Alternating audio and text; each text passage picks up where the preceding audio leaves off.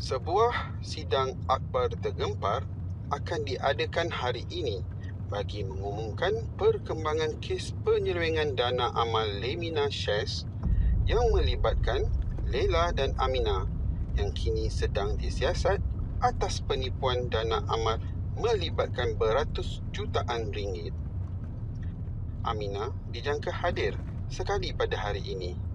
Tiada perkembangan mengenai Leila setakat ini.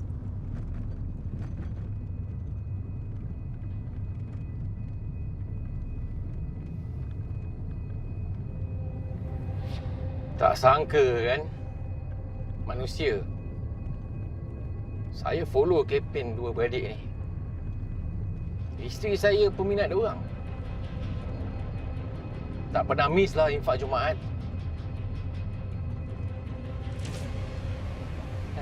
Tapi semua tu wayang. Isteri saya sampai pernah dema cincin pusaka nenek dia. Orang macam saya ni bukannya ada harta sangat pun. Sakit hati bila kena tipu macam ni.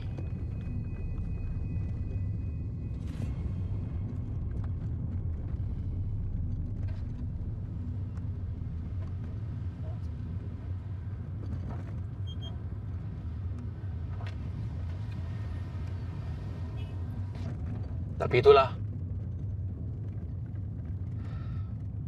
orang yang pakai agama ni sebagai topeng, Allah akan buka aib dia macam tu je.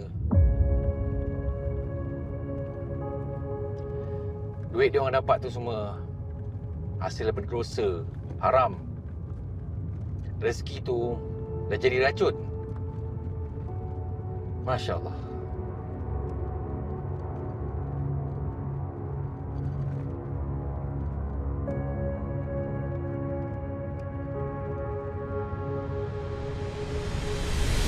Cik, maaf Cik ni macam